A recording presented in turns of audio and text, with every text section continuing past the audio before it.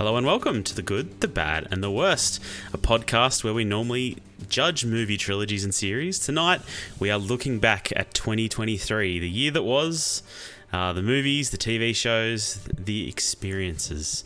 We're coming in with our recommendations on what we think you guys should see. How was 2023 for you guys? Was it we'll just say good year or bad year. You don't have to go into details.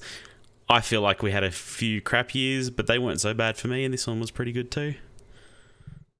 I feel like I absorbed a lot of content this year and not in the way that I usually do. It's usually all games for me. And this year I feel like was a lot less games and a lot more movies and TV shows. Yeah, I think this year will go down as the Barbenheimer year, and this is kind of the year that we're looking at movies maybe coming back. You know, we had Mario as well. There's been a lot of things that have reminded us that the box office can still be a draw. Taylor Swift Eras is just a juggernaut. So I think overall it's been a pretty good year. We've got a lot of heavy hitters, like a lot of big magnum opuses from heavy hitters. Yeah, I think it's been a pretty solid year, and it'll go down in history as a pretty, especially after the COVID wave. Yeah. 2023 will be historically loved, I think. All right, Luke, let's just get straight into it. Kick us off with your first recommendation. All right, my first recommendation. So something a little different, something, I feel like I am, for some reason, seen as like the Marvel guy, the guy that likes to sit down and watch whatever the new Doctor Strange or Black Widow or whatever random movie. I watched The Eternals twice. I'm that type of guy for some reason. Have you seen the Marvels? Because you would be the only person also. I did watch the Marvels, and I was the only one in the cinema. And that's your number one pick. Sounds about right. So this year I feel like I matured in a way. I've gone through a bit of a life journey, and I've branched out and watched some stuff that maybe I would usually scoff at and not be interested in. So some of these movies, well, all my movies I've watched recently, and in the last month or two. The first one on my list is a movie that I hadn't really heard much about. It was me and my wife's anniversary 3 weeks ago. Was trying to find like a romance drama movie that she would like instead of just another Fast and Furious movie that she was sick of. Went on to Apple movies, on iTunes it shows like new releases, so that's just my easiest way of seeing what's out there as a new digitally new. And saw this, was like, okay, cool, good reviews, downloaded it, loved it, and then going through today's list of movies of the year, it's on the top of so many people's lists, and I was like, what? Oh no, you're gonna steal my number one. Yeah, you're stealing. So my pick is a movie called Past Lives. Yeah, there it is. Is this really your number one pick? It was probably one of the, yeah. Was it one of you? Okay, so it was definitely on the list of it's definitely on my top three for sure. Past Lives. So a Korean film. Usually not one for foreign films, but loved Parasite. Loved Squid Games, and I felt like all of a sudden people got into Korean film and TV shows and stuff like that, and I sort of did as well. Past Lives is a really, really fantastic movie that has stuck with me. It's very much, romance, drama, but it just feels very real and raw. And Conan will be able to talk to this a lot better from a film school perspective, instead of me just being like, it's awesome. But the performances in this, and the director, obviously, Conan, her first film, her directorial debut, and it does not feel like somebody's first film. It feels like someone who has honed their craft and has mastered the art, and it's her first film. Director's name, her name is Celine Song. Basically, it's a film about that soulmates who, for some reason, timelines can never match up. The timing in their life just doesn't seem to land at the right time where they see each other or anything like that. But they are indeed soulmates. And I don't know, it very much reminded me sort of Before Sunset, Before Sunrise, all them sort of films by Richard Linklater. but I prefer this one. Like, I know those films are great and we talked about them and we reviewed them, but this one hit me more than those films did. And it really reminded me of those films. You know, it's told over like a long period of time, like, you know, 3 time periods of these people's lives. And just, I don't know, the way conversations happen in this movie, it's just raw. It goes against stereotypes of what you would expect. Oh, this person's going to be a jerk here in this scene. And it's like, okay, no, they're normal people, but it's like absorbing and like wonderful to watch, you know? I highly recommend it to anybody. Like, the final act of this is really, really good. I really, really like the ending of this film. It's poignant. The final scene is like beautiful. And the performances throughout, like, I think the 2 leads have such great chemistry.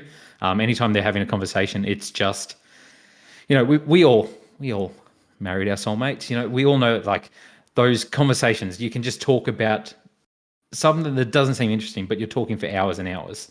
And watching these 2 actors interact like that is very much like watching that love blossom. And it's really beautiful film. And I highly recommend it to you, Grona, because if you haven't seen it. But Conan obviously I haven't seen it. Oh, it was his number 1 as well.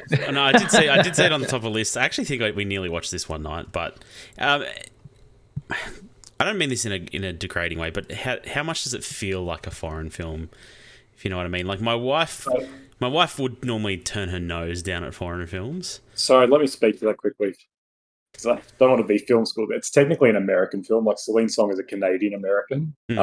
She's Korean background, but she's like Canadian, because this movie's basically based on her life.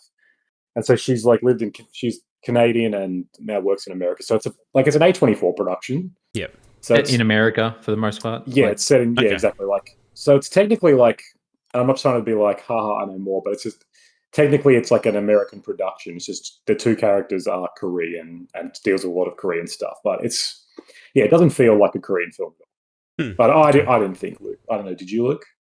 No, like when you say it like that, and it's like, oh yeah, duh. Like, I should have, like, it's Korean as in the main language spoken throughout it is Korean in a way, as opposed to a Korean film. But because it's obviously one character moves away from Korea early in their life, sort of thing, and it's about reconnecting later. A lot of it, like a lot of stuff, is through Zoom, which I'm sure feels like hits at home for a lot of people through the last couple of years, through COVID and everything like that. But yeah, it's a very easy watch. I feel like I think you would enjoy it. Yeah. And like the third main characters only speaks American, so like half the conversations are between her and him in English. Okay. The other half are between her and the other Korean guy. So yeah, it's not like, you know, Parasite was the comparison you brought. It's not like Parasite where it's entirely dealing in a different language and with those things. It's like, I don't think it would be off-putting at all in terms of being too foreign. You know, I use that term very loosely. I'm not even trying to besmirch anything, but you know, it's like that's you know what I mean. Though some people won't see a foreign film. Yeah, because they feel like they won't understand it, or because I mean, I imagine this deals with a lot of Korean culture or Korean American Korean culture. Like, I imagine it's talking about that a lot. But it sounds interesting. I'll check it out. Highly recommended. Conan, what were your thoughts on the film? I want to hear your thoughts. Yeah, no, look, I'm glad. In one way, I'm glad you brought it up, because now I don't have to. I'll just ramble. I was just planning on rambling about it, really. No, I had the same thing. It's the comparison you brought up with the before movies is pretty interesting, because on one hand, like, it's definitely got sort of walk and talk energy of just here is following these characters just hanging out and sort of watching them grow. But it also feels kind of anti that in a way, because it deals with, because it spans like 30 years almost. It's like 20 years, I think. It's like when they're teenagers, when they're in their 20s, then when they're like in their 30s. Yeah. So it's kind of like here, whereas the before movies are like, here is one day. This is like, here is a whole lifetime, essentially. Yeah.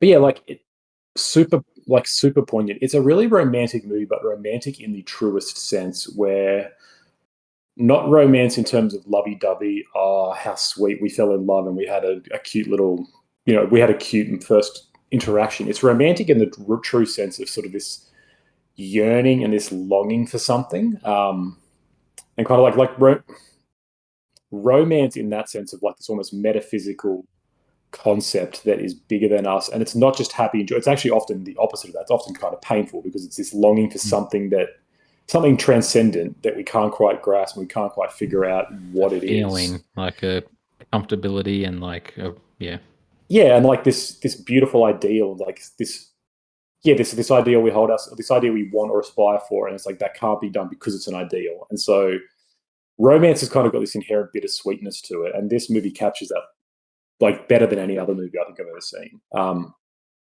it just taps into the sort of taps into the nostalgia incredibly well, just your past life, and like these the whole idea of the movies of past lives is like doors closing and opening. What happened if I hadn't moved away? What happened if this hadn't happened? What happened if we had fallen in love? What happened if you did say that one line to me? And just that idea, that resonates with me heaps, is like just this, life is a series of choices, and for every choice you make, that is one choice you didn't make, and that's a big thing, right? It's like, how different would my life be if one small thing or one big thing was different? And this movie's all about that. It's like, what would happen if I went with this other guy? And it's all questions. It never gives you answers to be like, oh, she made the wrong or right choice. It's all just how do you know? Like, how do you know? You'll never know, and that's kind of the beauty and the tragedy of the whole situation. And like every character, like the three main characters, every one of them, like you relate to in a way where you're like, so much, I can understand where that person's coming from, understand where that person's coming from, understand where that person's coming from. And it's really interesting to look at it from that perspective of like not a hero or a villain or whatever, or someone you're rooting for in a way. It's like, it's kind of like, this is messy. Like what? Yeah, that's it. The scene that stands out to me about what you're saying, where it subverts things, is, this isn't a spoiler, but in one scene, she comes home after meeting the older sort of friend / love interest to her current husband. And like this, it's framed in a way like he's sitting on the couch playing PlayStation, and he just looks like a bum. And you're expecting him to just be kind of like not care, or be, you're expecting the cliche like, be the American jerk who's like, exactly. Oh, what are you talking to your Korean friends? I'll just be like, or he'll just be so oblivious, like, bring me a beer, love. But like, he doesn't. He's actually like, he puts the game down. He's like, hey, my love, how was it? And he just listens and talks. And it's like, there's no clear it just does a great job of setting you up to think, it's going to tell me there's someone she should be with. But it's like, no, that's not it, because both choices are equally valid, both are equally fulfilling, and both will have the longing of what you don't have. And it's just like, that's a really hard thing, right? Like, life is full of those moments of like, you've got to give up something to pursue something else. And this movie moved me in a deep way. It moved a lot of people. Like, it was a huge phenomenon on Letterboxd. And like, it was getting a lot of award buzz before it even came out. And as soon as it came out, critics were just like, holy crap. And like you said, first, like, she's a playwright, Celine Song, originally. So she's written a few plays, and she wrote some episodes of, she was on the writing stuff for the Wheel of Time show. But to come into this, like, first time writer-director, it's like, how can someone be this talented? How can someone, like, possibly the most impressive like debut? It's really pretty great. astounding. Yeah, that's get on it, Grana. Oh, sounds good. All right, Conan, your first choice was stolen. What are you going to give us instead? All right. So my real number one pick was the GTA 6 trailer we got today. No, it's not really, but that was fun. I will go with a TV show, actually, to start with. I'll leave that on the table. I want to talk about Beef. Did you guys ever see the show Beef? Yep. Yes, I did. Yep. Yes, I did. Am I stealing someone's show? It may have been in my most disappointing category. Oh, I almost put it in my top 3. Oh, wow. Okay. I really liked it for some of it, and then I don't know. I think the last episode I wasn't the biggest fan of. Oh, wow. I love. Didn't strike me. But anyway, carry on. Right. Okay. No, well, no, that's fine. I really love the show. I wasn't expecting heaps from it. I really love Stephen Ewan. He's great. I'm always interested in what he does. And this came out and was getting a good amount of traction. People were talking about it being really good. But it's a Netflix show, so Netflix, I'm inherently skeptical of their original content. But This show was a lot better. It was a lot different to what I was expecting. It was just a lot better. I think it was just a really great. I don't know, just incredibly well paced, well rounded drama. Similar thing where all of the characters are kind of jerks, but it just does a great job of being like you completely relate and understand them. Though there's no, even though they're all kind of assholes and they're all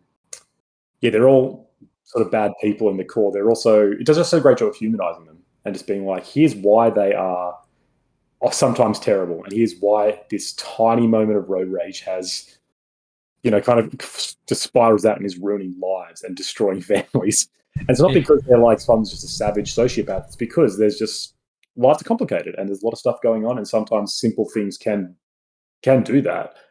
Yeah. They are kind of sociopathic though, right? Like they never let anything go. Well, yes, yeah. That's their almost their major character flaw, right? Like that is, and I mean, I don't know if like I'm not a psychologist, so I can't diagnose it, but I just feel like it does a great job of constantly going, here is why they can't let it go though, because their lives are just really disappointing and they're just losers. And they've just one's spent the entire life striving for something that's unfulfilling, and one is just a bit of a dead shit, but he really wants to do the best, but he's just super insecure. And I don't know, just a lot of powerful moments, like just the whole it had a really interesting take on faith in terms of using sort of this yearning. I wanted to ask you guys about that because I think I watched it first because I remember talking to you guys before recording a podcast where I was like, you guys should watch it. I was like, man, I've been listening to like Christian rock since then because I was like, the Christian music and this is really dope. I was like the band singing. And that's the thing. I found as someone who, isn't Christian, found a lot of the church scenes and that whole arc. I don't know, really. There's some powerful scenes in there, like with his reaction, like of listening to the songs and trying to analyze what's making him cry. Is it like his belief, or is it what he's doing there, like his ulterior motive there, and all that sort of stuff? And the performances were really beautiful, I thought.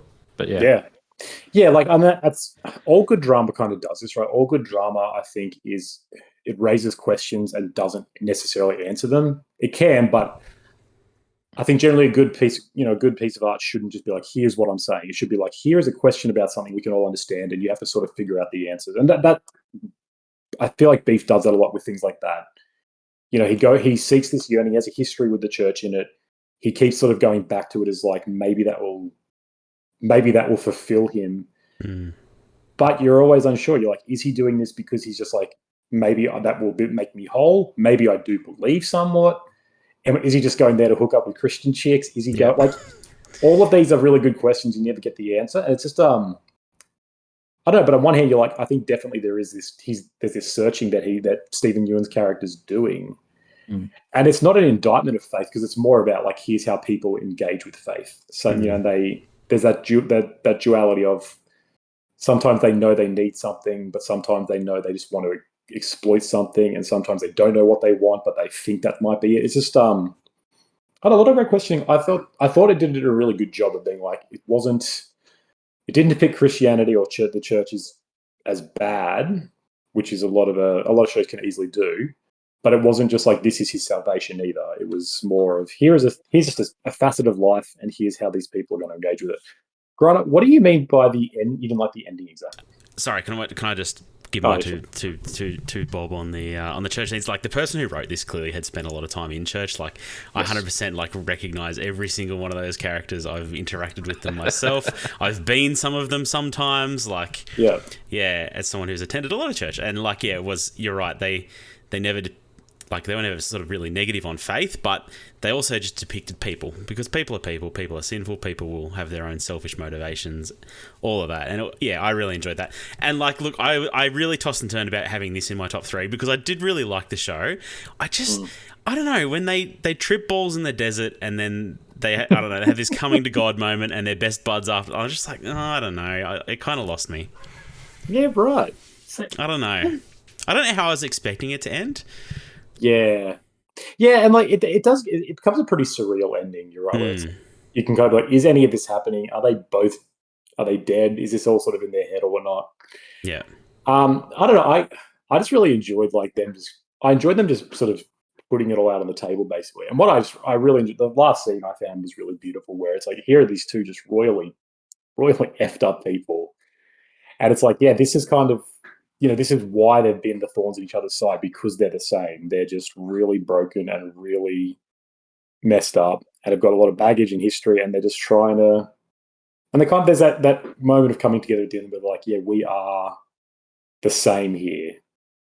And like, what'll be interesting is there is a season 2 coming of this, I think. So it'll be interesting to see what they do with that. If it will be like they get together and they're even worse off because they're the same or not. I don't know, but I don't. I found the ending really good, but I can see why it could turn you off. I think I kind of agree with Grana. I feel like the thing I liked the least was like everything after the desert, after the big art gallery house shootout, then that next episode. And I don't know if it's because, Netflix, you're binging these shows and it's like, okay, I saw the light at the end of the tunnel. So I was like, okay, we're reaching the finale of this, like the conclusion. And it just felt like the desert stuff really dragged, even though it was just, it was like one episode. It was just, I don't know, because it was like the whole episode. It just felt like okay, like this is how it's ending. Like I was like, this is a bit weird. Like I enjoyed the content that was there, but I feel like it's definitely my least favorite part of the season. The rest of the show is definitely like paced like a thriller. Like a lot happens in all of it. Yeah, it's very like big things happen. So you're right. So I have a last episode where there is nothing happening. It can be a big a lot of big whiplash, but I don't know, it worked for me. But I just love like the opening where he's like trying to return all those gas burners. Is it gas burners? I think it's gas burners, a little barbecues or whatever.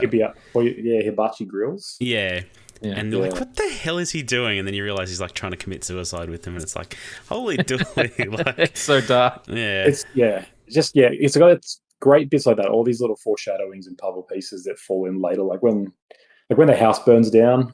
Oh my god! And just like, it's been there from like, episode 1. Yeah, and it's just that thing. It's like this feels so unexpected, but perfectly earned. Like I should have seen this coming. It makes total sense. So it's just a lot of moments like that. I'm like, this is spot on. But the beef, just really good show. Parents get there. It's like, oh no. Yeah, it's rough. It's really rough. And like, I don't know. He's not a character you should be cheering for, but at that point, it's like. He's kind of got everything together. Like, you got to feel for him a bit. Yeah.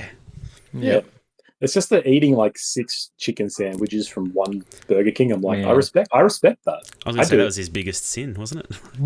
For that, I go to cafes 40 minutes away, and like they do the only good coffee, and I'll buy 4 coffees there because it makes it worthwhile. So I relate. To Stephen Yeun. Right. My first recommendation. Now, look. I don't know. I have a confession to make. I only watched one film that we did not already talk about on this podcast for the whole year. I sat down, went through all my history of streaming, looked at all the ticket stubs from the cinema, and I literally watched one film that we did not watch that we did not talk about on this podcast already. Wow. Was it a good film? Not really, but I'm going to recommend it. No, it was okay. It was fine. I'm gonna blame having a second kid. There's lots of reasons. Short form media is working a lot better for us at the moment. But I had to stick a movie in my list. So my movie is the Tetris movie, made by Apple, starring Taron Egerton.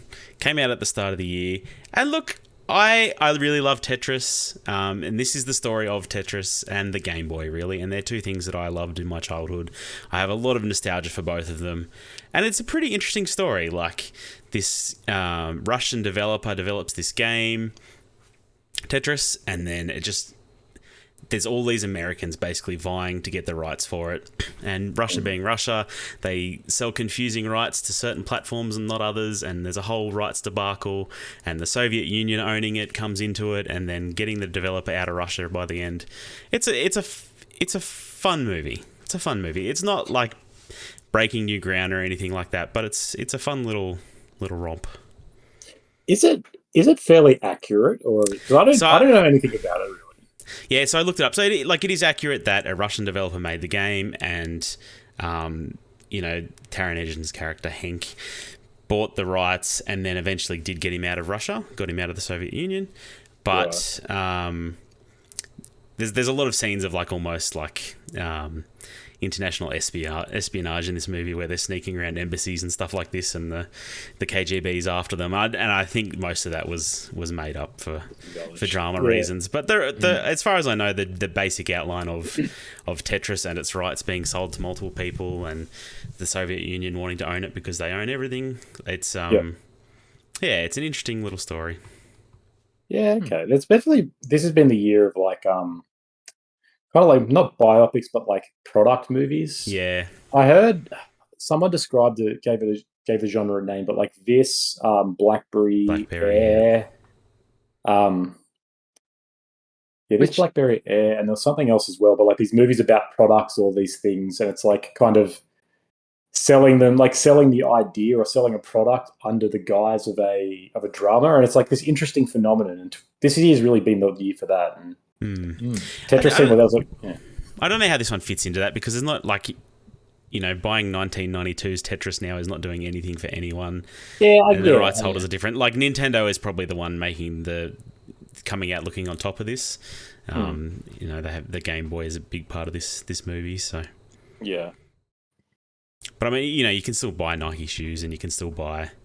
I suppose you can't buy Blackberries anymore either. No. So. I guess I don't mean in terms of like this is a movie being like, hey, please keep buying our merch. It's more of like this, I don't know, almost like not yay capitalism, but it's kind of like this interesting view of capitalism. Yeah, like, here's a success of capitalism in the system, or here's a story of capitalist success, whether good or bad. Because Air is really bad for that, where it's like, look at these poor slobs, Nike, like slumming it, and they're all like, it's a multi-million-dollar corporation, and you're like rooting for the little guy. Yeah, and there's this weird element of like at the time Nike was kind of not a failing company, but like not doing so well. So it's like, we're meant to relate to them. They're like, and same with BlackBerry, we're meant to be like the BlackBerry failed, so we can be like, oh yeah, let's see them succeed. But then it's like, I've failed. I know that feeling.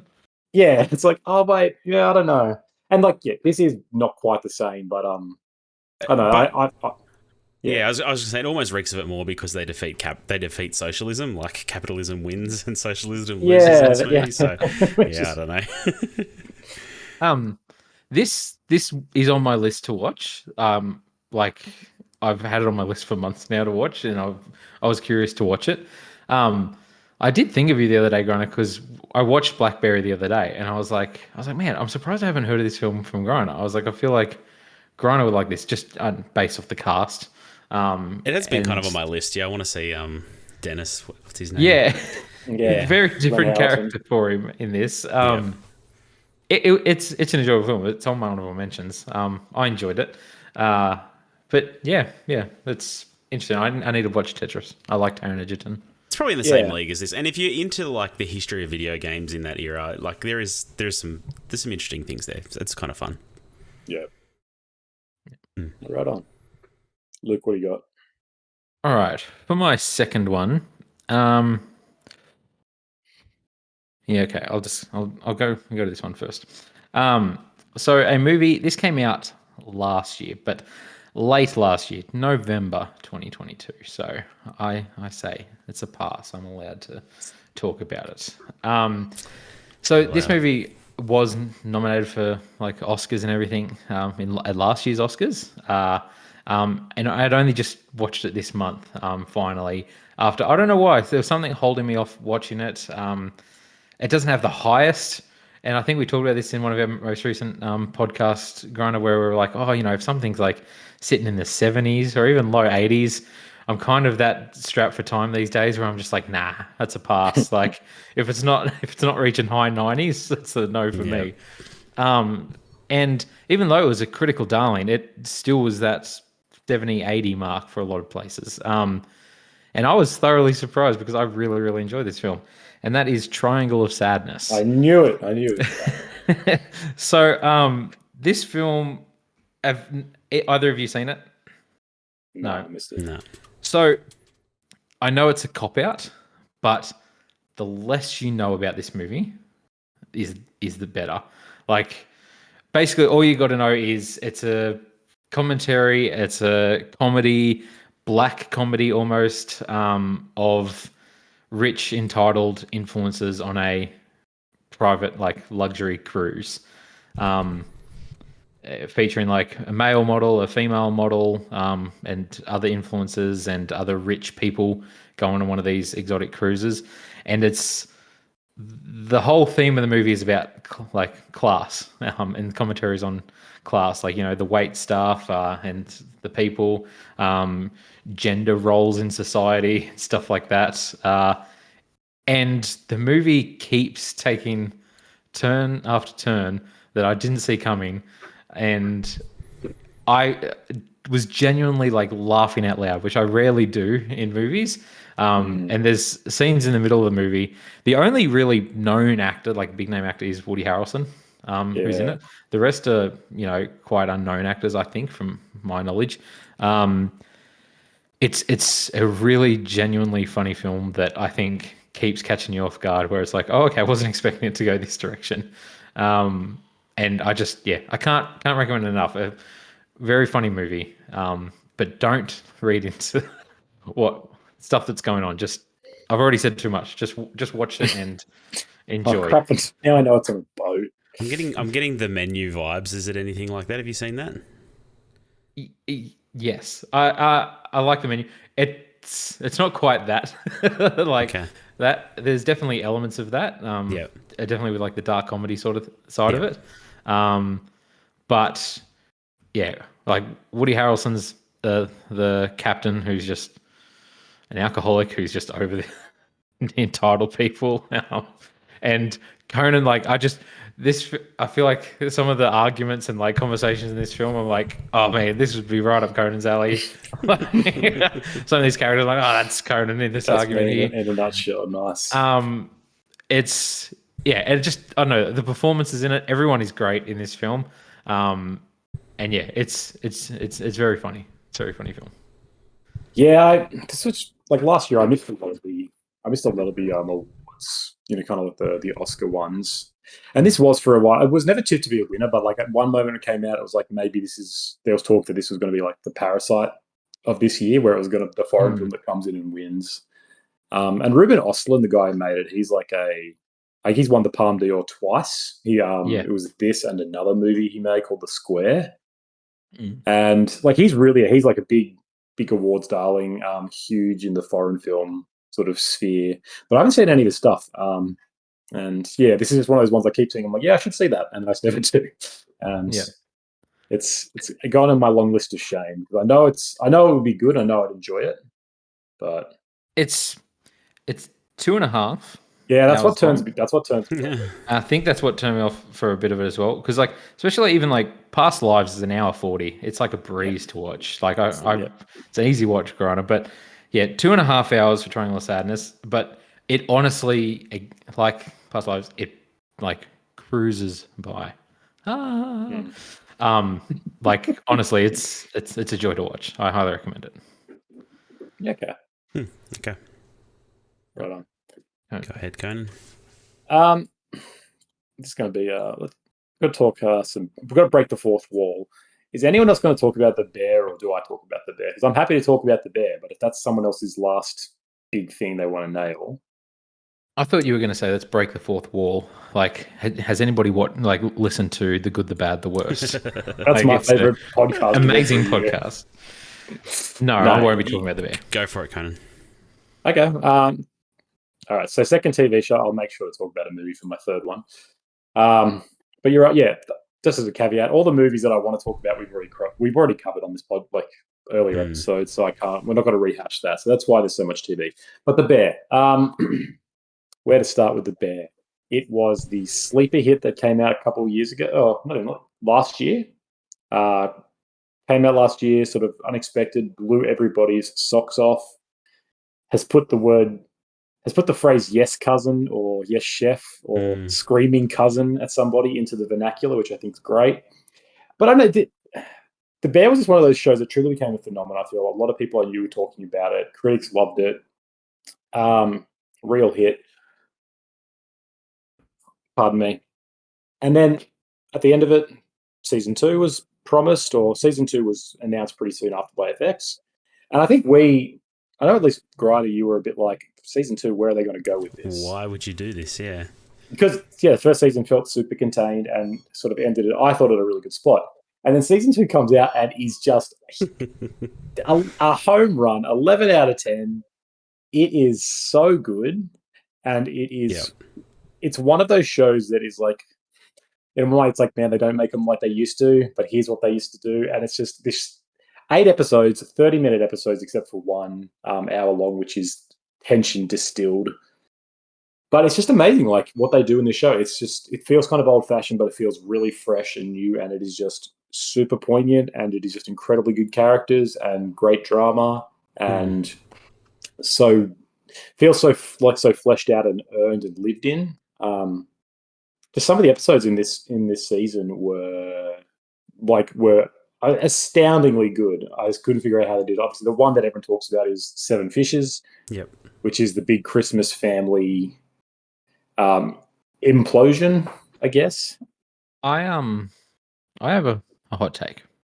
If you say The Bear season 2 is bad, I'm gonna. Because it was going to be on my disappointing list. You're no. Here's the thing. I loved The Bear season 1. You guys talked it up, and I watched it, but based off your recommendation, adored it. Was super keen for season 2. I feel like season 2 of The Bear isn't as good as season 1, but it has the best episodes. I feel like there's 3 episodes in season 2 that I think, they're really great episodes of like The Bear in total. I feel like I enjoyed season 1 more than season 2, and I felt like outside of those 3 episodes, like I remember when I first started watching the season 2 of The Bear, it didn't have that hook in me where I watched something the next day. I didn't continue watching it, and I was like, I've got to go back and watch The Bear. We have to finish The Bear. We only have 5 episodes left. Let's go back and watch The Bear. It was something we were trying to make ourselves do, and it was enjoyable, but I felt like it was outside of a couple episodes. I really loved the Will Poulter episode. I was going to say, that isn't that like a weak episode? Like it's just like a travel I love episode. that. I don't know I why enjoyed it too. For some reason it works, but I feel like it shouldn't work as an episode. I don't know if it's just because like I've got a thing for Will Poulter these days. Like I just think he's fascinating to watch, and just he's just interesting looking. Him acting in that was just great. I was just like, it feels all like, super kind of surrealistic. Like everything's so clean and just like quiet, and just like him doing this thing. And it's like, that chef's origin story, how he's going to become a great chef.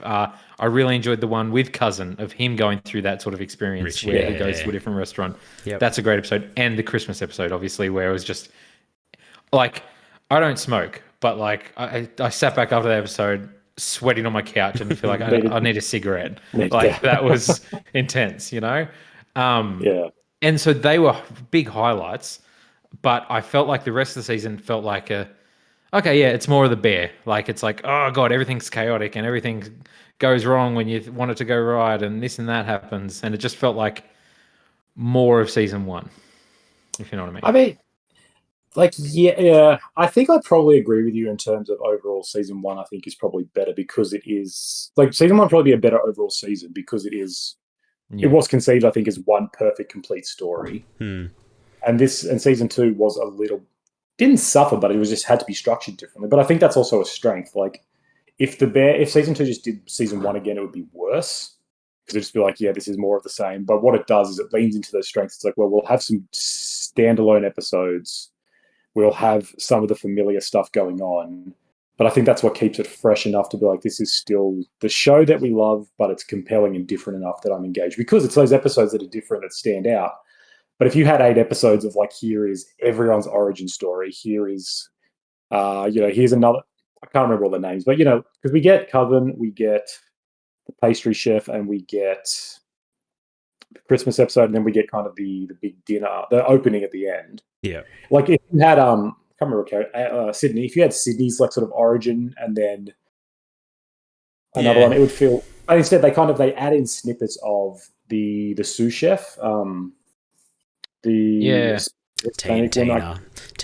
Ibrahim, and they sort of add in their stuff, but they're not full episodes. They're little bits of drama in the background, and Sydney's got her stuff going on. Yep. So I think they struck a perfect balance of like the standalone episodes are the characters we need to see, and then the rest of the story continues without. Like we get more Fack, and he's just really charming and He's lovable. great. I love him. If you haven't watched Matty Matheson's cooking videos, you're doing yourself a disservice. He's great. He's really good. He makes some of the most unhealthy food ever, and it's a lot of fun.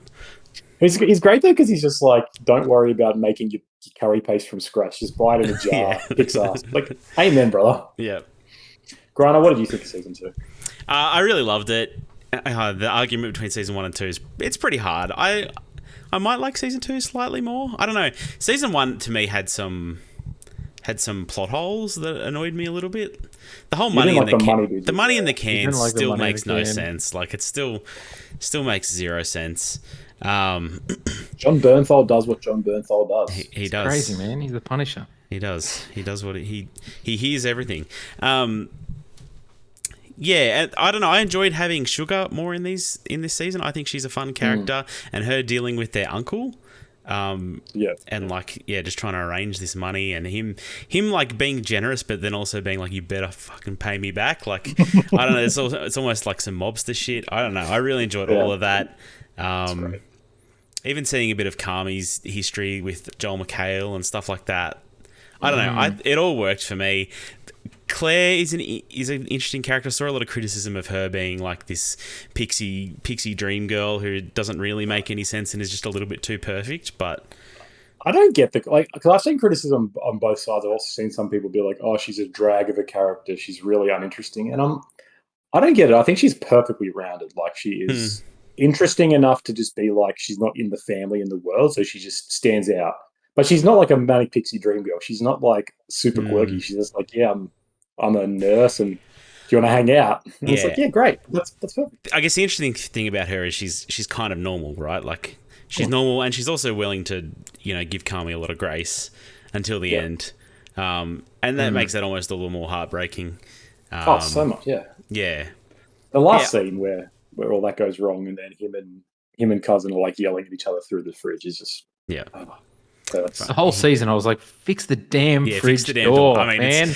It's the biggest Chekhov's gun, right? Like, it's been ready to go off all season, and then it does. But yeah, I don't know. I can't really fault this season, honestly. I loved it. No, I think, but both seasons do a good job of like there are tiny little holes, like the fridge. I'm like, at some point, eventually he would fix the fridge, right? It's kind of convenient. He continually forgets, and like with the money in the can, it's like, would that really happen? But I don't know. It just does a great job being like, this isn't a literal this isn't like trying to be like, hey, here is literally the lives of chefs. It's like, no, it's a heightened drama. It's like the kitchen is ultra stressful.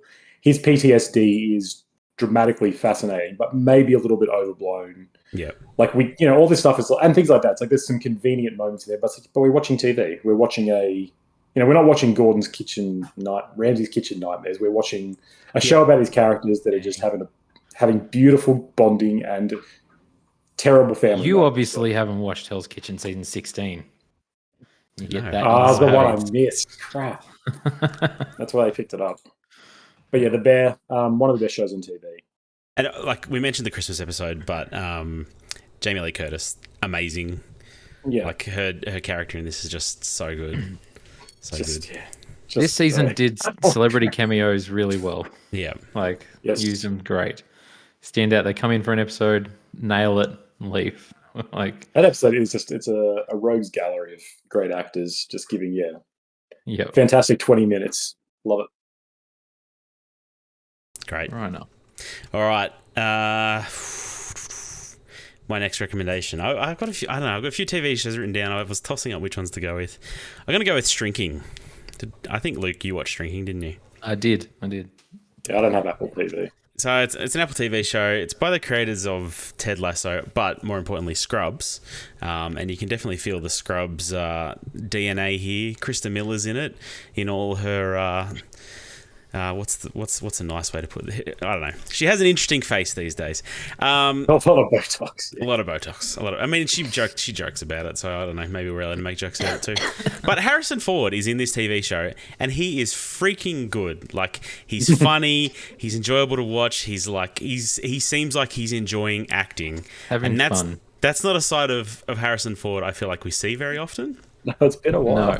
It's been a while, and like even in things that people beloved, like Star Wars, you can tell he doesn't love it as much as we do, right? Like he doesn't love Han Solo as much as we do. But this character, I don't know, it just seemed like he was having fun. He's like, I don't know, he reminds me of my dad a bit. He looks a lot like my dad these days. So I feel like he reminds everyone of their dad for some reason. Like everyone's dad's different, but everyone kind of sees Harrison Ford. And like, Yeah. So. Like, because he's the coolest dad ever, right? He was Han Solo. Yeah, he's what we want. So Shrinking is about a group psychiatrists that all work together. There's 3 of them, and all of their lives are totally messed up. They're totally unable to take the advice that they give to their patients. And then Jason Segel just starts going rogue and telling patients to leave their abusive boyfriends rather than allowing them to come to those conclusions on their own. Tells it as it is. Yeah, tells it as it is. And it's, I don't know, it's a lot of fun. It's a little like Ted Lasso in that it's quite a positive show, but Ted Lasso can be a little saccharine, like it can be a little too sweet, it can be a little too positive. I feel like this show's a little more realistic in its depiction of that. It's not endlessly positive, but it... it usually has a depressing note in each episode. Yeah, but it still overall has a positive outlook, I think. A lot more lot more so than a lot of shows. It's quite wholesome in a lot of places. Yeah, and it's just I don't know. It was almost like comfort food for me. Like it was pretty funny. It was very wholesome. It had actors I enjoyed in it. But there's not one episode that really stands out as having this amazing huge plot twist or anything like that. There's not some great sequence of one shots or anything like that. Like it's just a fun, wholesome comfort food show in my opinion. I enjoyed it. That you can watch in 2 nights sort of thing. It's like a binge show. If there's no one-up, I have no time for it. I know. Get out of here. No. I really enjoyed the show. Like all the actors are great. I thought it was funny. Binged it, like I said, over like 2 nights, and I was like, oh, that was a fun 2 nights. Like that was good. Keep forgetting about it when I think back on the year of stuff I've watched, sort of thing. Because obviously, like the main character, he's very much grieving. Like in mourning sort of thing, and that's what sort of pushes him to be sick of people's shit and like to tell it as it is. But yeah, the relationships and like the friendships throughout the show, I really enjoy, and Harrison Ford's definitely like the standout. I really enjoy watching him in this show, and it's good to see him have fun again. Like one of my most disappointing things of the year, he's not having much fun in maybe, but. Yeah. But yeah, no, good show. Recommend it, Conan. Yeah, it's like, when I get Apple TV for the 2 months or whatever, this will definitely be one that I watch, but I just... Too many streaming services. Look at Griner coming out with the 1-2 Apple TV. I know. Movie TV. My third one is not, but... It's Killers of the Flower Moon. It's Ted Lasso season 4. No. All right, so my third pick. I'm torn. So I've done 2 movies so far, so I'm going to do a TV show for my third one. Now, okay, it is The Last of Us. Yeah, I think we all saw this coming. No, I had something else. We talked about this, but I guess it doesn't count. That was on the game podcast. It was on a different podcast that doesn't exist. Fair enough. Just quick shout out to the show. We've obviously discussed it. We reviewed each episode on a long dormant podcast. Bonus XP, shout out. R.I.P. R.I.P. Yeah. I really, really enjoyed the Last of Us TV show. Definitely there were stronger episodes than some others. I think overall, though, I can't be denied it's a very high quality HBO TV show. And when it comes to video game adaptations, it's it can't really be beat. It's pretty top tier. Yeah. And I'm very excited for season 2. As if people aren't familiar, I am a diehard Last of Us fan and love the source material, like the video game. It's my favorite game of all time. And even with that high expectations of, loving the actors that were in this, loving Craig Mazin, the director, loving the video game so much, I went in with such high expectations where how could I not be disappointed almost? And I still remember watching the first episode and being like, holy crap! Like that blew my mind. Like that blew away my expectations. I wasn't expecting it to be this good, and seeing the stuff that then they've changed from the game, or just stuff they've added where it's like, oh cool, we get a bit of backstory on that now, or oh it's interesting going back. Like I loved the cold opens and like seeing stuff in modern day before like the outbreak happened, because there's none of that in the game, and seeing that side of it was just really exciting to me, where each week I was like, oh my god, are we going to find out more info of the world of The Last of Us? And it was like a really exciting journey, like watching Game of Thrones back when it was at its peak. Like each week I was so excited to hear that HBO open and listen to the Last of Us theme song again. And as soon as I finished it, I went back and replayed the first game again, via part one, the remastered one on PS5, which was great. Yay. And now I'll be playing part two, remastered, before season 2 kicks off filming next year, which I'm very excited for. Yeah. So, yeah, highly recommend that show. Obviously, we've talked about it extensively on our other podcast, but it just, I just wanted to mention it because it did surprise me how good it was. Yeah, it's super worth mentioning for our own posterity because, yeah, like I say, this was probably the first truly great video game adaptation. I think I don't know if I'm talking out of line, but it's the only one I can think of. That Timothy Olyphant was pretty great. I was thinking the second Hitman, the Mortal the other Kombat one movie. Oh yes, yeah, like it was fine. But yeah, like sorry, you got more? You got more? No. It does. You're right. It stands out.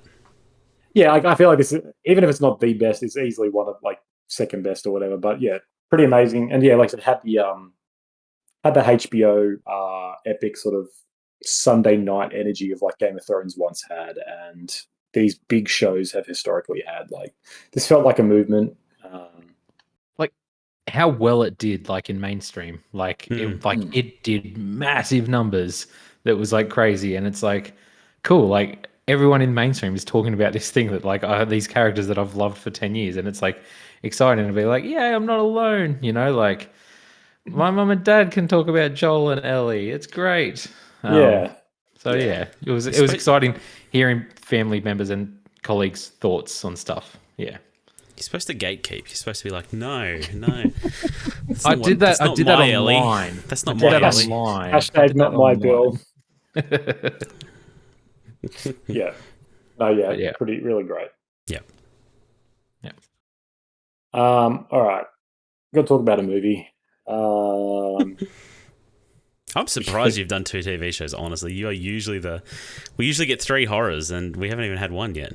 I know. I've watched a lot of movies this year, but a lot of it's been rewatches of things or podcast stuff. And all the ones that stand out, like I said, were, I want to talk about John Wick 4 and The Killer, but we've done standalones for both. So I can't. So I'll talk about a movie that is definitely not actually in my top 3, but it's just a really fascinating movie that deserves to be spoken about. And Luke, you joked about it before. It's Skinamarink. It is the indie horror viral sensation that kind of took the world by storm, but it was a storm that not everybody was interested in. It's one of the storms that floods your house and makes you go, man, I wish I didn't have that crappy storm. Because this movie was very divisive. It was very strange. It You don't know anything about this movie, but I saw so many people talk about it. And that's what I mean. There's a really weird sort of duality to this of it was being talked about a lot. It was circulating everywhere, but nobody had watched it. Nobody sort of knew anything about it or what it was, but everyone was aware that this movie was a thing. And of the people who saw it, half of them were like, this is the worst piece of crap I've ever seen. And the other half were like, this brought me back to being a 6-year-old terrified in my room, and I've relived past traumas. Like it's one of those movies. It either works for you so well or it just doesn't work for you at all. Like, there's truly no in between. And the reason for that is it's this weird experimental movie. Basically, it is filmed to look like it is a 70s camcorder, like home video. It is completely plotless. It's basically just cameras following. Even the story isn't really what the story is. It is just shots and scenes of a house that are unsettling in a way. And what I mean by that is, look at a trailer. It is just, there'll be a 30-second scene of the corner of a ceiling. And it's just like, and then it'll be a 1 minute scene of a hallway with a door slightly ajar. And it conjures up these deep-seated memories of when you are 5 years old and you got to go to the toilet and you're like, oh, my house is really scary and I can hear a creaking and I'm terrified of the dark. And the whole movie is trying to conjure that feeling of the dread of the unknown and what it's like to be a kid and not know what's happening. So are you making like your own horror throughout it? Like, is it your... Yeah, sort of. Like, a lot of the horror is from that filled in, like I talk about Letterboxd, basically, where it's like there's a handful of, sorry, not a handful. There is probably 2 jump scares that are truly like kind of cheap because the whole movie is just nothing, and then there's these jump scares, but they're pretty startling. And there's a couple of scenes that are quite like dread-inducing. So they're kind of terrifying when you just. It's really interesting. Like, you can see a face in the fuzz at one scene, and it's just like, that's really unsettling. And then as you start to learn what's going on in the story, you're like, oh, that's absolutely awful. But it's all meant to be on that. Like, if you had that feeling of fear as a kid, and if this kind of activates that anxiety nerve in you, you'll be like, I exactly know this fear. I am terrified. But if you don't... I feel terrified or just listening to about it. I'm looking at screenshots on IMDb and like, I don't think I'll watch this. Because it'll be too scary? Or yeah, like, and it for a lot of it, it effectively makes it effectively unsettles you. I only gave this movie like 2.5 because I think it's a concept that should be about, I don't know, half an hour. Like, he made a 20-minute film, I think, before this, and then he made this. It's like an hour and a half. It is way too long because I think I fell asleep 3 times during it because there are just long scenes of nothing. It's a glowing recommendation. Well, this is what I'm saying. It's just fascinating. Top 3. It's truly like one of the most interesting movies of the year, and it's one that I'm like, everybody should see because it's like nothing else that exists. It's an experience. It's almost like a non-horror film with how little scare there is, but at the same time, it might be the most terrifying horror movie you've ever seen. It's super cool. And I'm really glad film have been made in VR. Nothing should be made in VR. VR sucks. Fair. But like, this is I'm super glad this movie exists because it's the kind of thing that is just, it sounds wanky, but it's like it's pushing boundaries. It's not IP. It's not retreading things or try to get that. It's just like, this is completely different. It's something new. It's an indie YouTube guy who made it on like a $20,000 budget. Ended up making like $1 million. And I'm like, not bad profit. That's pretty freaking good. I'm like, we need more of this stuff. We need more people who are just, trying to make indie films because they believe in what they're doing. So Skinamarink, worth a watch. Just don't expect it to be good because it's 50-50. Yeah, I was surprised. I've been Googling these movies as we go, and I look up Skinamarink, and it's like 2.1 on the Google scale. Like, oh, wow. Yeah, right, okay. That's interesting. Yeah, this is what I mean. When I say it's divisive, it is truly. There is no, with the exception of me, no one is like, yeah, it was fine. It was like they loathed it or they loved it. I mean, I'm glad things like this exist where people are taking a chance and doing something weird. I appreciate it. I won't watch this movie, though. Yeah, I'm like, that's fine. You should, but that's fine. All right. My third recommendation, I don't know. This is a sketch show. Sketch shows are notoriously hit and miss. And when this one hits, I really like it. When it misses, it's just the worst thing I've ever seen. Have you guys, this is season 3 of I Think You Should Leave. Have you guys seen this show? No, can you sell this to me? Because I don't know that I can, but I'll try. This is Netflix, right? It's Netflix. It's Tim Robinson. That guy's become a meme. Like, there's heaps of clips of him yelling. Yes. Yeah. So that show, I felt like, came out of nowhere, where everyone on Netflix was talking about all of us. As in, everyone on Twitter was talking about it on Netflix for that weekend. Yeah. I haven't seen it though, but yeah. I've never seen it. It blew up. It was everywhere. Yeah, it's Tim Robinson. I don't know, he used to be SNL. He's done a few things here and there. It's a sketch show. Like, it's straight up a sketch show. If you've ever watched a sketch show, there'll be sketches that make you laugh a lot, and there'll be sketches that are like, this is crap. It was true of the Chappelle Show. It's true of Key and Peele, and it's true of this too. But I don't know. He's just he has really off off the wall ideas. Like, there's not a single sketch in here that you would say you expected. I'll say. There's not a single sketch that's wrote. Like, everything is super strange, super off the wall, and like some are kind of normal. Like, I don't know. There's a really good sketch, and it's parodying The Bachelor, and he's one of the guys trying to woo the Bachelorette. But the whole time he's obsessed with the zip line in the pool, and so he just keeps going down the zip line in the pool, and she's giving out the rose at the end. She's like, Ronnie, I think you're really cute, but I think you're only here for the zip line. He's like, no, that's not true. And he goes in this whole justification, and the guy who runs the zip line, he's like, he keeps pulling on it real hard. It's really stupid. There's like 1,000 shots of him going down this zip line. But it's very, very funny. I really enjoyed it. I don't know. There's another one where he's doing pay it forward, so you pay for the person behind you's food when you're going through drive-through. Yeah. So he's going through drive-through. He's like, oh, I'll pay it forward, and he pays for the person behind him, and then he zooms out and tries to get back in the line, and then orders 1,000 hamburgers or something like that, so that the person in front of him will pay for his 1,000 hamburgers. But he's screaming into the box, 55 hamburgers, 55 steaks, 55 wings, and it just goes on and on. It's really off the wall. It's really stupid. I could link you some clips if you want to see if you'd like it, and I'll send you some of the better ones. But yeah, I don't know. I like this show. I've enjoyed season 1 and 2. I think season 2 is possibly better than season 3, but I wanted to see if you guys had seen this show because it's incredibly like off the wall. Like, it's just some of the most random stuff. There's a fake game show about a metal man who has to use magnets to crawl along a wall to reveal puzzle pieces, but he just gets really, really tired, and it just takes a really, really long time. Like, it's super stupid. Great. It's super stupid. But I don't know. I really enjoyed this. Like, it seems like it's kind of that super sort of like non sequitur, just random, like late millennial Gen Z humor. Yeah, it is, and it almost a lot of times it almost feels into that, oh lol, this is so random, which I really hate that kind of humor. But this one he kind of does that, but then just keeps going with it and keeps going with it and keeps going with it until it either becomes funny or it becomes unbearable. Yeah, fair enough. Yeah, no, I don't know, sketch shows on. I don't know. I never really watched them. There's just something that because like you say, half of it I'm always not interested in. Yep. And so it just turns me off it. But no, that's totally fair. Like, I don't know. I'm not even. I really have that criticism of sketch shows. They're very, very rarely hit 100, like even 50% of the time. But just like Key and Peele, like there's those ones that just will circulate around YouTube forever because they're hilarious.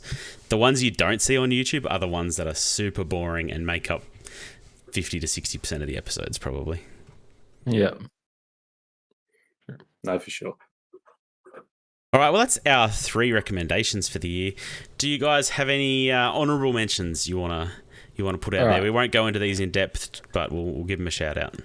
I'll try not to go into these. You will not go in depth, but I have. I've prepared a list. No, so okay, my first one, I'll go into a little bit. Just because I bumped it off the list at the last second for The Last of Us in a spur of the moment decision as I got to number 3. Succession. Hadn't watched any of Succession before this year, and it came about in a random way where season 4 was coming out the week of WrestleMania this year.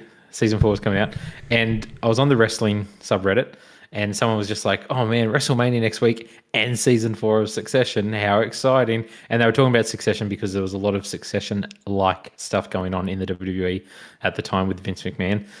And I was like, oh, I want to be part of this excitement. I was like, I should check that out. Literally binged 3 seasons in like a week.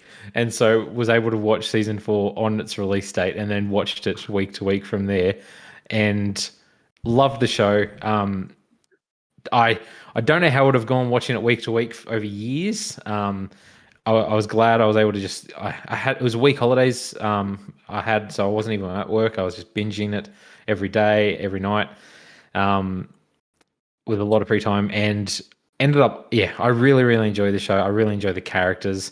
Every now and again, I see a clip from the show, and it makes me. I'm like, oh, I could go back and watch it. It's really good. Some of the characters in this are like genuinely great, and as Conan can attest to, like some of the performances in this are like amazing. Like you watch it and just like that's acting. Like that is Yeah. that's incredible acting from these people who aren't known as like these amazing actors. You know, like really, like they're not big name actors in this. Like I wasn't expecting to come out of it being like, oh my god, is Kieran Culkin one of my favorite actors? Like he's so good in like especially in the later seasons. Like so good. The last season really is the best of the whole show, I feel like. But the whole thing's worth watching. Has a great payoff to it, sort of thing, if you're watching the whole way.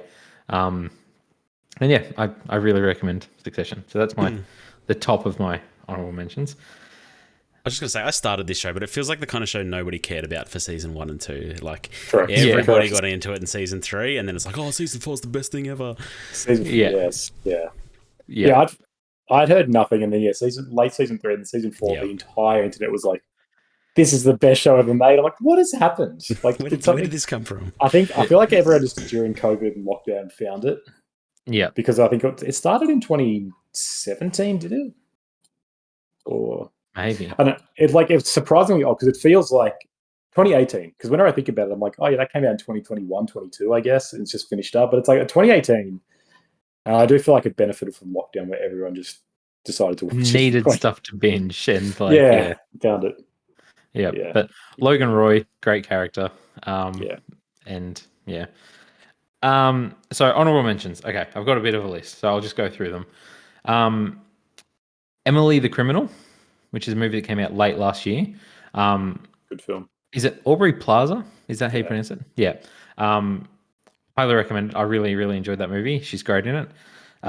White Lotus, watched both season 1 and 2 this year.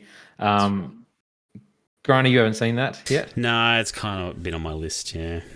Conan and I were texting about it the other day. It's really good. I really enjoyed that show. It's got a great theme song. Like it's super catchy. I've heard the theme song a lot. Oh, it's so good. I've seen DJs like doing remixes of it in clubs so and stuff. good. It's real great. I was just like listening to it the other day and just dancing around the kitchen like singing it. I was like, my kids thought I'd gone mad. Goes hard. Now, okay, so now this is where I'll just go into a couple of films that we did talk about on the podcast, so I'm not going to say anything about it. I'm just going to say I really enjoyed these films, and they would have probably been in my top 3, some of them.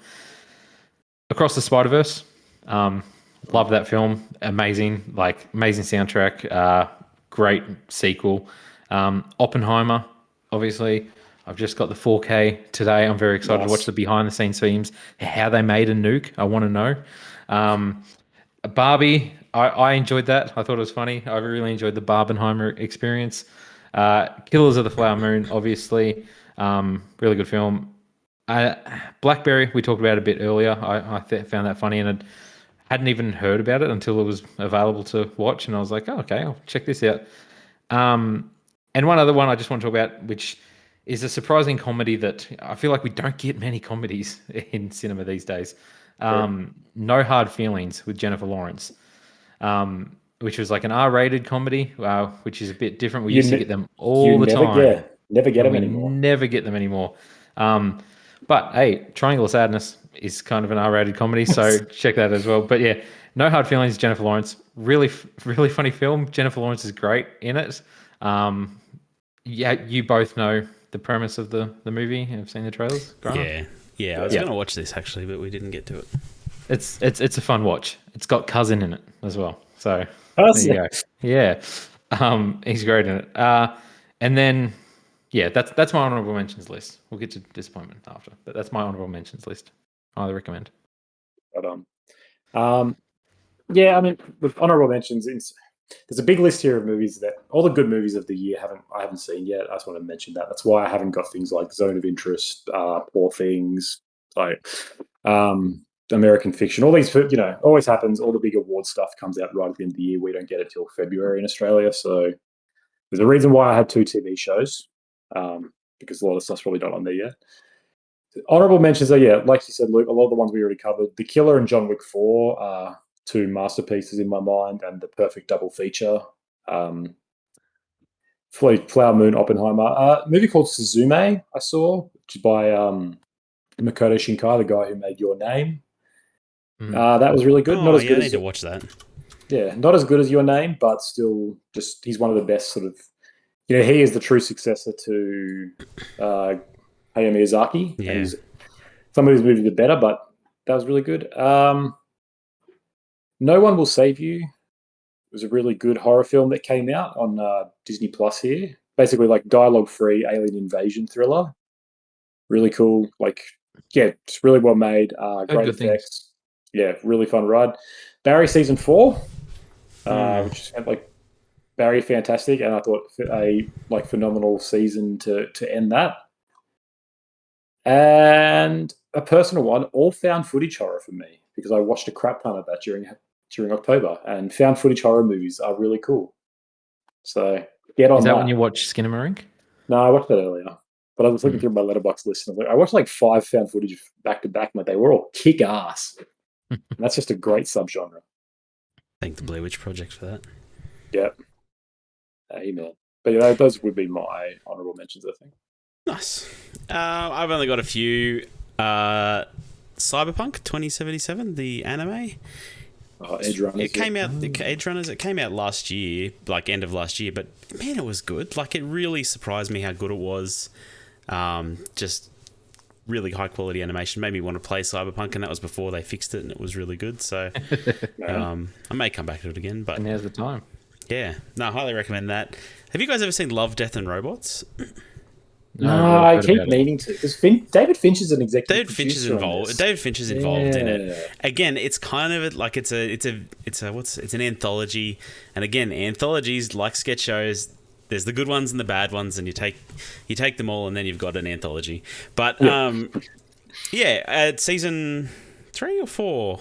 Can't remember what season it was, but one of the seasons came out this year. It was actually a pretty good season. I really quite enjoyed it. More hits than misses, in my opinion. And it bingeable, 2 hours, and you've watched the whole season, because they're all animated shorts. Oh, that's good to know. Yeah, so it's not a big commitment.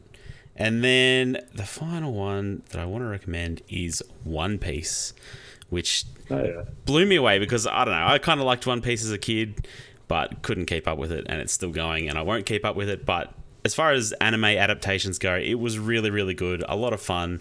My wife really, really enjoyed it, so we watched that together. Had a great time. I definitely recommend it if you have any interest at all in One Piece. Yeah, okay. I heard very good things about that. All right. Disappointments. Was there anything you had hyped up for yourself, or you just had higher expectations of, that just didn't meet them? Not too much, but I will say I found, and we talked about it on the podcast, Indiana Jones, newest one. Coming off Kingdom of the Crystal Skull years ago, which I kind of look back on kind of fondly in a weird way, where it's that wasn't too bad. My dad enjoyed it. My dad enjoyed Kingdom of the Crystal Skull, and he's a diehard Indiana Jones fan from when he was younger, and he did not like this film. he thought it was bad, which is a shame. I was really excited for him to watch a new Indiana Jones, and he didn't like it at all. It didn't have the same magic to it. It felt like Indiana Jones was a character that was in that film, as opposed to being an Indiana Jones film. But yeah, Mario, which I didn't have high expectations for it, but as we've discussed before, it was very much like a AI generated, make the most safe, straightforward animation kids movie with Mario characters painted over the one that you're doing already. You know what I mean? It was basically scene to scene to scene to scene to scene to scene, and that was it. Yep. And one that really broke my heart, because it was going to be amazing, Gran Turismo, the movie. You are the only person in the world that had high expectations for that movie. I've only watched half of it, but that's bad. Wow. But maybe because I was visiting another town and just needed something to watch, and I had it, and so I watched it, and it was on a tiny little TV in the corner of this motel room, and it was not the best film to watch in that environment. It was just oh man, this sucks. But yeah, so those are my films. That's it. Yep. I had I had one like bad, disappointing movie and one that was just disappointing but not bad. So the bad movie was Totally Killer. Amazon Prime, sort of like slasher film, just real homage to Back to the Future and just all slashers really riffing on things like Freaky came out a couple of years before this. It had the similar vibe of like, because that's just Freaky Friday but as a horror film, and this is just Back to the Future as a horror film, but just really unfunny, really uninteresting. Every single joke in this is kind of like them saying, "Hey, it's one joke." Yeah, and the whole joke is, can you believe that things were different back then? It's bad. And the 80s were wild. Yeah, and none of them land. They're all really awkward. No characters are good. Just really disappointing. Because it was like Back to the Future, but as a horror film. I was excited. Yeah, not quite crap. And disappointing was the Continental series. So the first John Wick TV show they've done, which isn't bad, but is just disappointing. I'd be interested to see what you guys think of this, because it actually it fleshes out more of the fact that there's a lot of people who aren't involved in the world, and one of the little subplots is like a detective trying to figure out what's going on. But without going into it in depth, basically it's three episodes. They're all movie length. It's like 3 movies. It's overall pretty good. Like Mel Gibson just chews scenery in it. It's hilarious.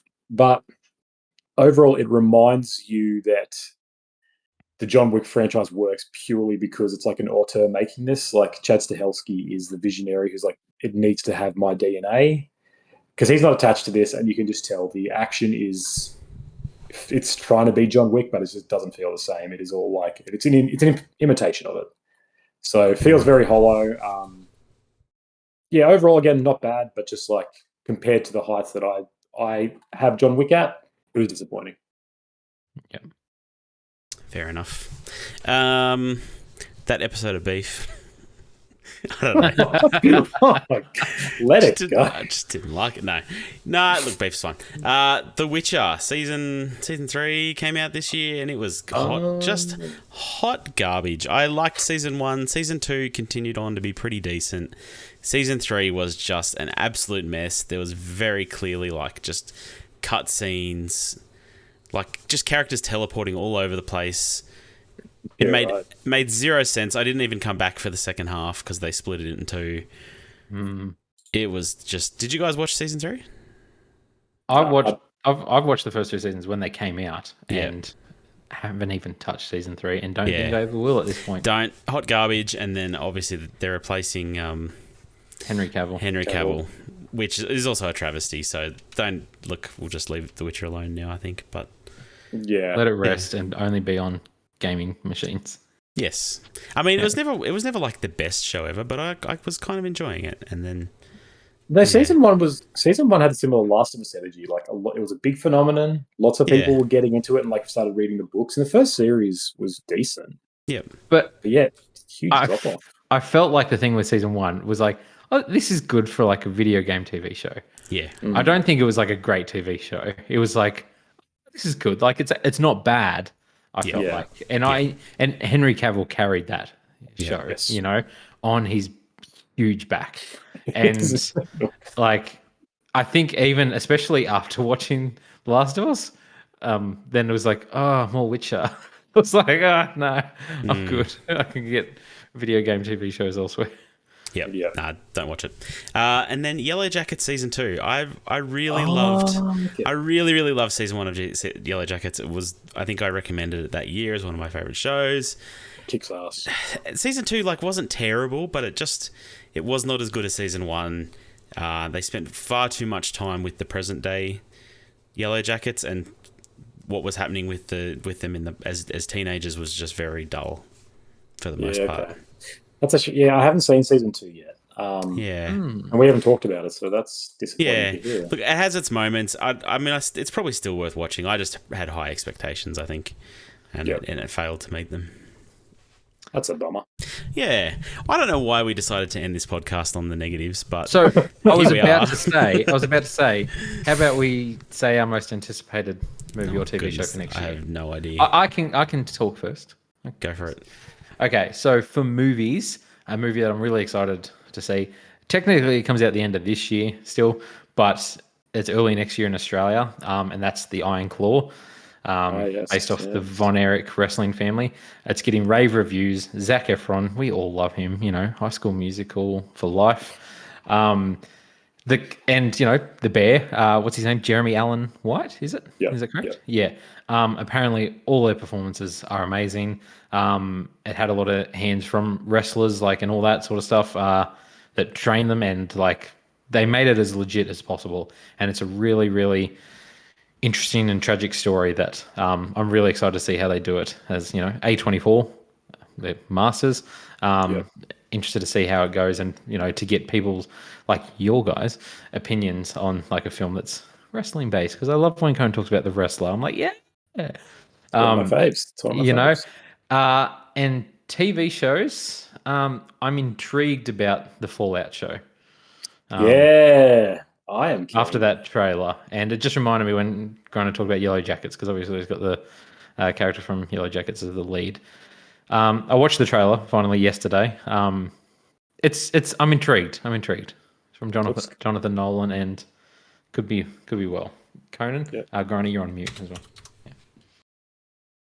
I'm just looking over the list of upcoming films now, and there's a few big ones. The Borderlands movie is coming out, which I don't care about. Furiosa, which I'd actually forgotten about until the trailer dropped. I haven't watched the trailer yet because I kind of don't want to, because I heard that this it's Schrodinger's trailer. Yeah, once it's out of the box. But I'm very excited still. I think it'll be great because I have faith. So there's that one. Nosferatu, if it's coming, it's scheduled for 2024. That's Robert Eggers' new horror film. I am always there for his stuff.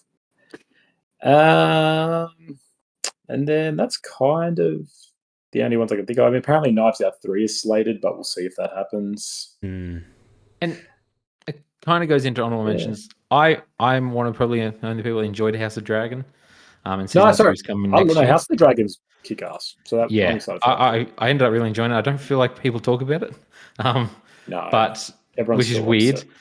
I really enjoyed it. I love the ending of that show, and the trailer for season 2 just came out yesterday, and it looks great. I can't wait. So Grant, have you seen House of the Dragon? No, I haven't yet. I'll probably try and catch up before the next season, possibly. Yeah, it's good. See how I go. I'm curious about Avatar: The Last Airbender, the live-action show.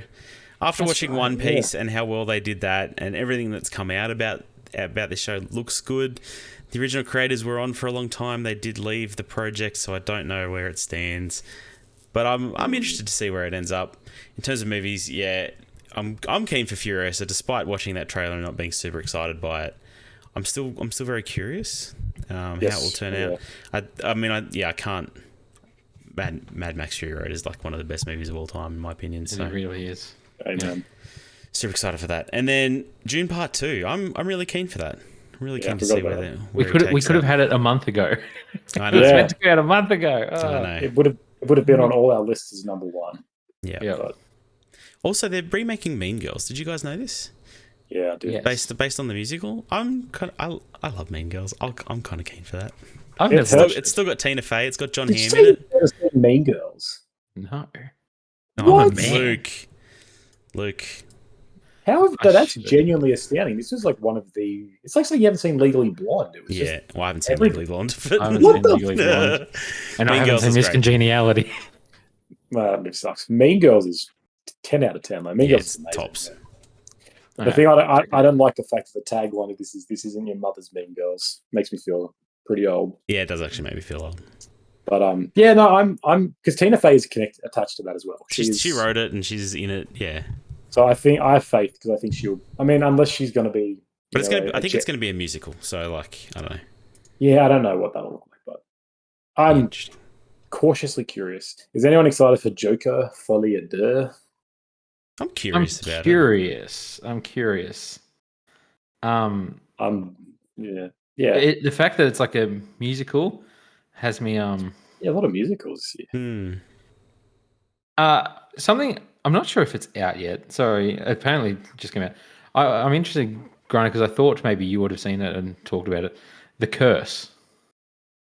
Nathan Yeah. Fielder and Emma Stone's new show, like basically a spiritual sequel to The Rehearsal, which you recommended to me. I haven't seen it yet, but No, I I haven't seen know, it either. I know I will love it. But so what's kidding. interesting? Currently, 93% critic score on Rotten Tomatoes, 30% audience score. So curious to see that. But Emma Stone's great and Nathan Fielder's great. So I think audiences don't like when Nathan Fielder goes full Nathan it Fielder, makes them uncomfortable. and that's all he does. Like The Rehearsal is just him going balls to the wall. Had you heard of this show, Grant? Yeah, I had, but I haven't seen it. Yeah. Yeah. Okay. Sure. What's it streaming on? It's on no, it's Amazon Paramount Prime. Plus. Oh, Prime. Yeah. Wait, is it Prime or is it Paramount? Oh no, it's a premium subscription. Sorry. Yeah. Google catches me out with that. Yeah. Yeah. All right, we need to wrap things up. That's our year in review for 2023. We hope everybody has a great 2024, and I don't know when this podcast is going to come out, so I hope you had a good 2023. This podcast is brought to you by A Taste of Iron and possibly Conan's next book. Can you reveal the title of your next book, Conan? I can. It's called The God Grotesque. God Grotesque. So it will be out within the week, hopefully. I'm keen to read it over Christmas. I'm looking forward to it. A good Christmas read. Yeah. All right. Thanks for joining us for the good, the bad, and the worst. Give us a rating on Spotify. Tell your mum about us, and we'll catch you next time. Peace.